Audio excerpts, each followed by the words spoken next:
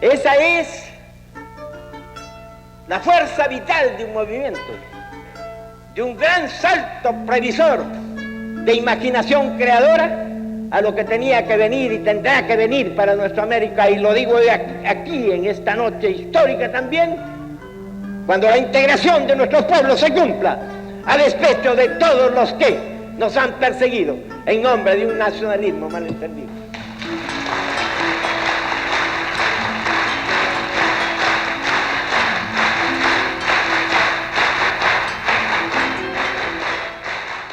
El líder político Víctor Raúl Haya de la Torre solicitó asilo al gobierno de Colombia en 1949 durante la dictadura del general Odría. Permaneció asilado en la residencia de la Embajada de Colombia en Lima durante 5 años, 3 meses y 3 días. Haya de la Torre creo que es el más importante líder político del Perú del siglo XX. Haya creó una doctrina, creó una posición, se ganó el apoyo de las juventudes. Es un hombre cuyo recuerdo hasta hoy perdura y es un hombre que ha dejado huella en la historia republicana del Perú. Víctor Raúl Haya de la Torre nació en Trujillo en 1895 en una familia de abolengo con pocos recursos económicos. Desde joven fue luchador incansable por las reivindicaciones sociales, por la unidad de América Latina y la educación como pilar de la conciencia del pueblo. Conoció la miseria de las partes altas del Perú, la exclusión y la inequidad con los indígenas y los esfuerzos de organización promovidos por los anarquistas. En su primer exilio en México, ve la transformación tan grande que operó en ese país luego de la Revolución, y en 1924 decide fundar el APRA Continental, un movimiento contra el imperialismo norteamericano y por la unidad de América Latina. De regreso a su país, se lanza a la presidencia en 1931, pero alteran los resultados para impedir su ascenso. Más que llegar al poder, lo dije el 8 de diciembre de 1931, llegar a la conciencia de un pueblo, poner una semilla de conciencia nueva, y la hemos puesto, y está germinando, y está floreciendo. En el Perú y en América Latina de los 40 prevalecía más la dictadura que los gobiernos democráticos. El discurso de Haya de la Torre contra el imperialismo, las oligarquías y por la inclusión de los indígenas y los más pobres estremecía al Perú y asustaba a sus dirigentes. Los buques de guerra se levantaron en armas, no estaban de acuerdo con el gobierno y muchas observaciones le hacían. Y entonces originaron un gran conflicto político. Y en ese conflicto político se culpó al APRA y a Haya de la Torre, ¿no? Se produce una movilización política porque entonces ya teníamos a un gobierno que era el gobierno Bustamante, pero que se había convertido prácticamente en un gobierno autoritario. A Haya de la Torre incautan su casa, la destruyen realmente porque pensaban que en la casa había algo, con lo cual podían inculparlo. Levantan los pisos, todas las cosas, y lo único que encuentran y se llevan es algo que Haya de la Torre guardaba con mucho precio, que era una colección que Walt Disney le había regalado. Inmediatamente cierran la Confederación de Trabajadores del Perú. Más de 20 o 25 medios de comunicación quedan también cerrados y capturan a todos los líderes del APRA. En ese entonces se dice que había en las cárceles un poco más de 3.000 o 4.000 dirigentes del APRA en todo el país. Haya de la Torre evidentemente tiene que esconderse. Van todos los líderes y se reúnen con él clandestinamente ya, porque ya están todos perseguidos, y acuerdan que Haya de la Torre se tiene que asilar. Y lógicamente él tenía que escoger, y él escogió Colombia. Y el 3 de enero de 1949, Haya de la Torre viene en un carro manejado por Alicia Cox del Arco, y con una chica muy guapa, con un ramo de flores, se levanta, y estaban la soplonería afuera para impedir que Haya de la Torre, estaba persiguiendo a Haya de la Torre y no pudiera entrar a ninguna embajada. Esta chica guapa se hace la que se cae y inmediatamente los soplones, que se llamaban en ese tiempo, los miembros de la policía, que eran soplones, inmediatamente van a recogerla, a ayudarla, a galantearla, y Haya de la Torre toca la puerta y entra. no se dieron cuenta que Víctor Raúl entraba. Así comienza la historia de los 5 años, 3 meses y 3 días.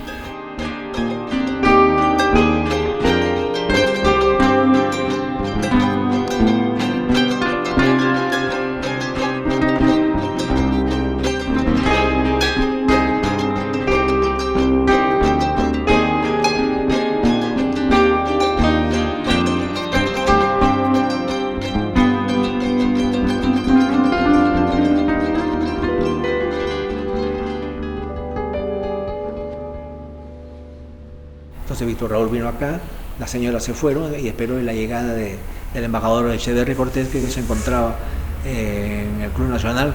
En cuanto Pelo llegó, se impresionó muchísimo. Él le prometió personalmente ayudar, consultó telefónicamente con Bogotá. Bogotá dijo: concedas ese asilo.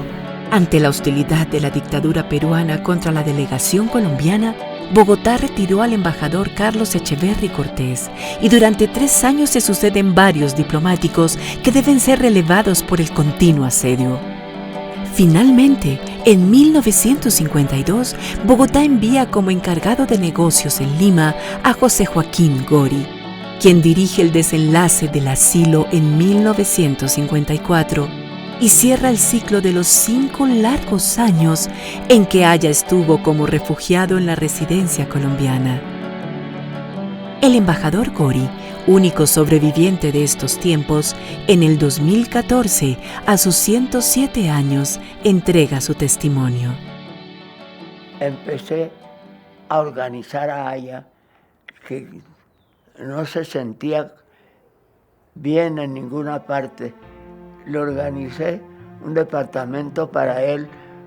La embajada, inmediatamente que él se metió ahí, el gobierno decidió rodearla. Mandó no sé cuántas gentes de tropa para rodear la embajada por todos lados, con fusiles y ametralladoras y motocicletas. Y a determinadas horas sonaba la preparación de las motos, de los pitos de las motos. Y en un momento dado introdujeron también entre los órganos de helicópteros. No vaya a que se volara por los techos o algo así. Este hombre leía, estudiaba todo el tiempo, se paseaba por fuera de los setos de árboles y las tropas que rodeaban lo insultaban, le decían las groserías más sucias. Entonces el gobierno decidió pedirle no pasearse más porque corría peligro y lo subimos a la terraza. En la terraza, con un perro que la adoraba, ahí se la pasaba en la terraza. De vez en cuando se filtraba algún pariente, algún amigo, etcétera, que conversaba con Aya, pero la actitud de no tener acceso ni a la prensa ni a otros medios era una cosa hermética. Quien pretendiera hacerlo se exponía muchísimo. A él le preocupaba mucho cuando él estaba acá el aspecto económico. Él se sentía, después de tanto tiempo, se sentía como una carga y no quería hacerlo. Trataba de ver cómo aportar, claro, cosa que no le era fácil a él personalmente estando encerrado, pero no generaba ingresos. Pero él contaba que, por ejemplo, cuando iba la señora de la casa, la empleada de la casa al mercado a comprar los víveres, la gente de los puestos del mercado le daban, porque ya la conocían a usted de la embajada, para el señor ahí de la torre, y le ponían gratuitamente todo tipo de víveres, ¿no? Entonces es curioso ver esa solidaridad de la gente, ¿no? que se expresaba en regalarle las cosas para la comida, ¿no? Y un momento dramático de su vida aquí, cuando la dictadura hizo zanjas, fosos alrededor de la embajada, argumentando que estaban poniendo cables telefónicos y ampliando la avenida, molestando tanto a la familia de la embajada. Una noche se anunció que sería asaltada la embajada por la policía y el ejército. Y él salió por la puerta principal y encontró al coronel Duarte, agregado militar colombiano, con una pequeña metralleta. Él me decía, tenía una pistola ametralladora. Y le preguntó qué pasa. Y Duarte le dijo, es que tenemos información que esta noche asaltan la embajada y estamos aquí con los empleados con unos revólveres para defendernos. Tenemos que defenderlos. Y Víctor Raúl, fue el momento más dramático de sus 5 años aquí. Subió al cuarto y él me lo dijo. En el momento que asaltaran la embajada, yo me quitaba la vida porque no podía convertirme en un tema de conflicto internacional para Colombia y el Perú.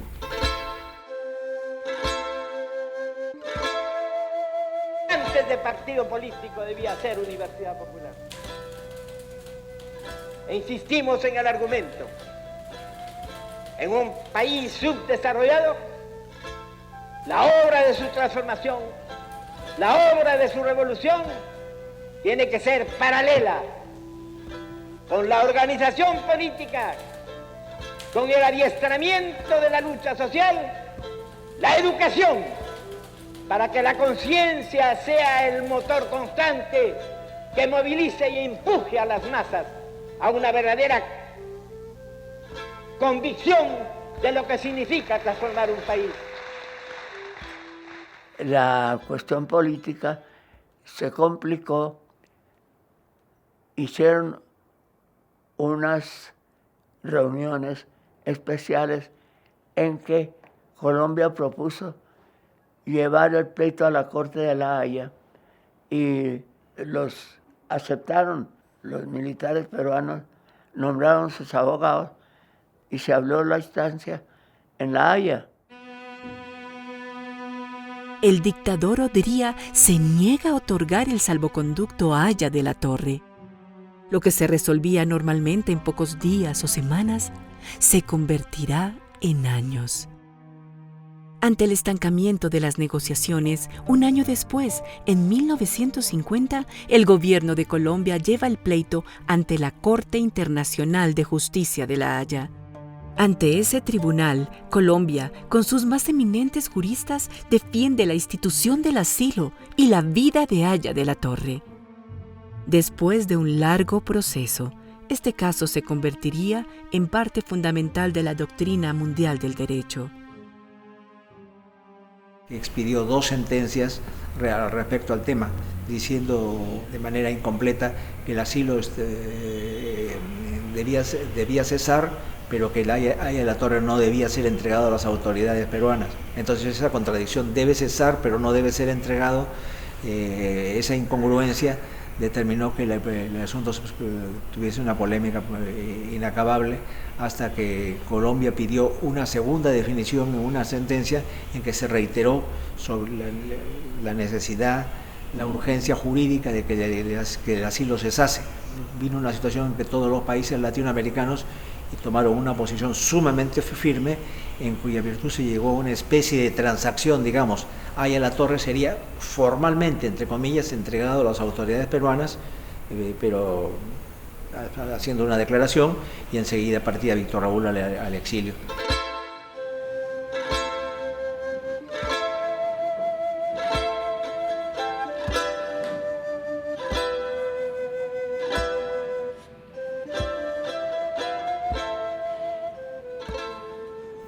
Un hombre educadísimo, yo diría un aristócrata. Aristócrata en el sentido más amplio de la palabra, la gente educada, la gente refinada. Él tenía pues la idea de que había que dividir el día en 8 horas. 8 horas para descansar, las 8 para estudiar y las 8 para trabajar. El lunes había la reunión de todos los comités distritales. El martes había escuela de dirigentes, el miércoles comité ejecutivo nacional, el jueves coloquios, los coloquios que hacía él con el pueblo, y ahí iba cualquier cantidad de gente, lleno. El viernes reunión que teníamos que salir nosotros a los comités distritales de todo Lima, el sábado parlamento universitario, y el domingo había que estar con Haya de la Torre, es decir, invitarte, cantando, conversando de filosofía, escuchándolo al maestro. Y yo le he visto, por ejemplo, sacar de su billetera sus billetitos y en cada billete poner de su puño y letra, poner APRA. Él decía, nadie rompe un billete, alguien va a ver APRA. Y recuerdo que cuando un compañero, como veía aquel en las noches, escribía sobre cada billetito APRA, fue y le consiguió un tampón, ¿no? Y un sello, APRA. Y fue y se lo llevó. Y dijo, jefe, para que no esté. No, le dijo. Eso, el sello y el tampón, es algo mecánico. En cambio, este es espontáneo. Si Latorre viviera hoy día, tendría pues Facebook, Twitter, todo, ¿no? Estaría completamente conectado a través de las redes, porque él mandaba cartas a montones.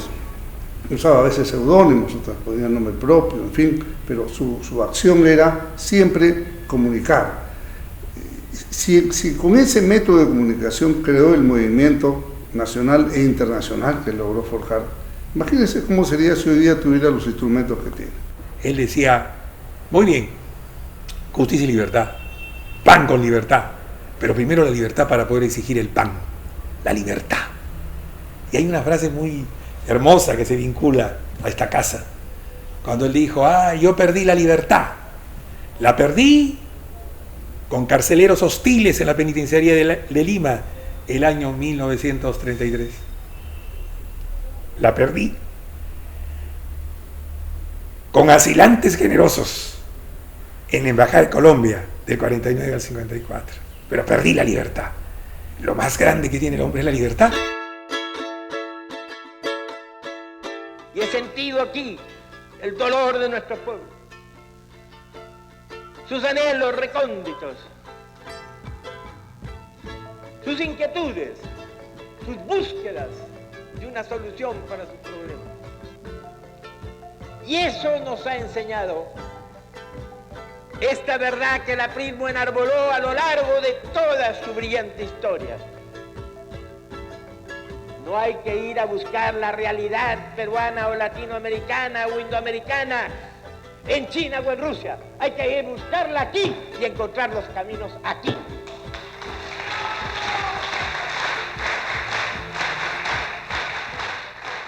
Supo enfrentarse a esta influencia europea omnipresente en nuestro cerebro y creó una concepción política distinta. Al partido de una sola clase obrera europeo le opuso el partido del Frente Único que incluía a las clases medias. Al concepto de terminar con la burguesía le opuso un concepto nuevo que era luchar contra el imperialismo, y eso fue lo que le dio enorme resonancia continental. Y además dedicó su vida a la educación como instrumento de riqueza, de igualdad para los más humildes.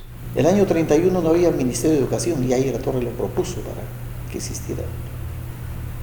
Y si vota la mujer, si el joven puede votar a los 18, si existe el pasaje universitario, si hay gratuidad de la enseñanza, se lo debemos ahí a Latorre. Él planteó eso. Es más, él el año 21 plantea el Día del Árbol, cuando todavía no había visión de lo que podía ser el deterioro del medio ambiente.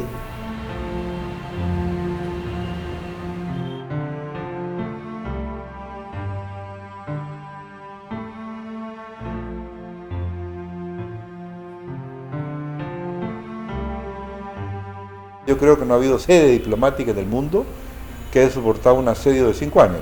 No conozco.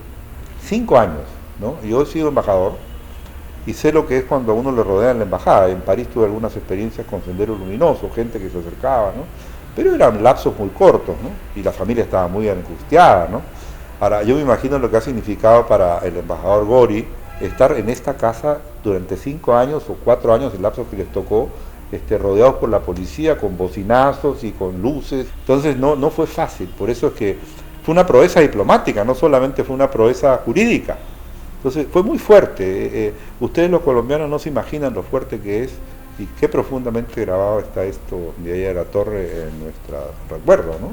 En nuestras vidas, ¿no? Eso no se va a borrar tan fácilmente.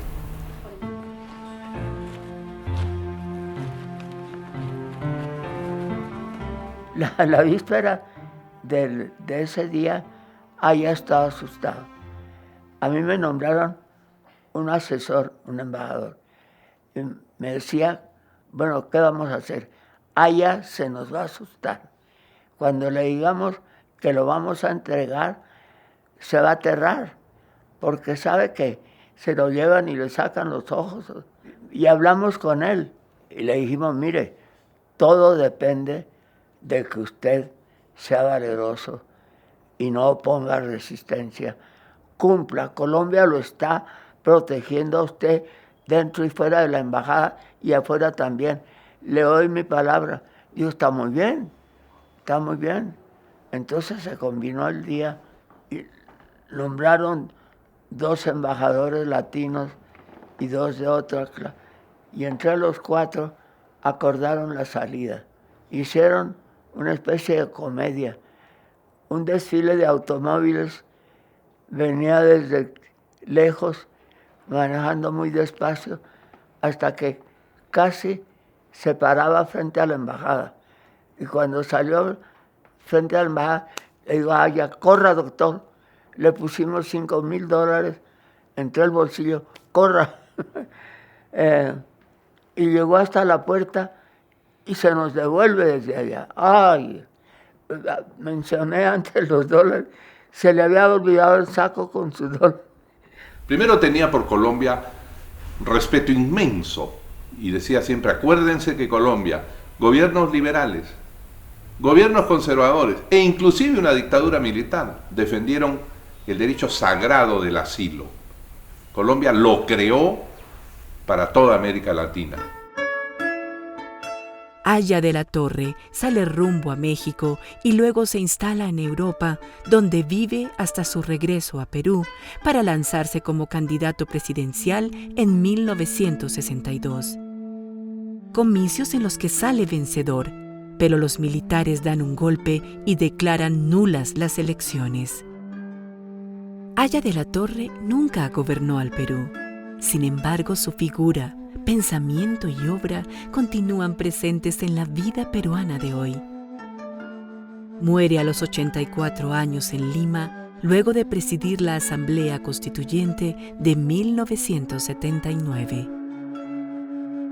Y hay que luchar por los sueños, porque también los que viven largo, y este testimonio lo puedo dar yo,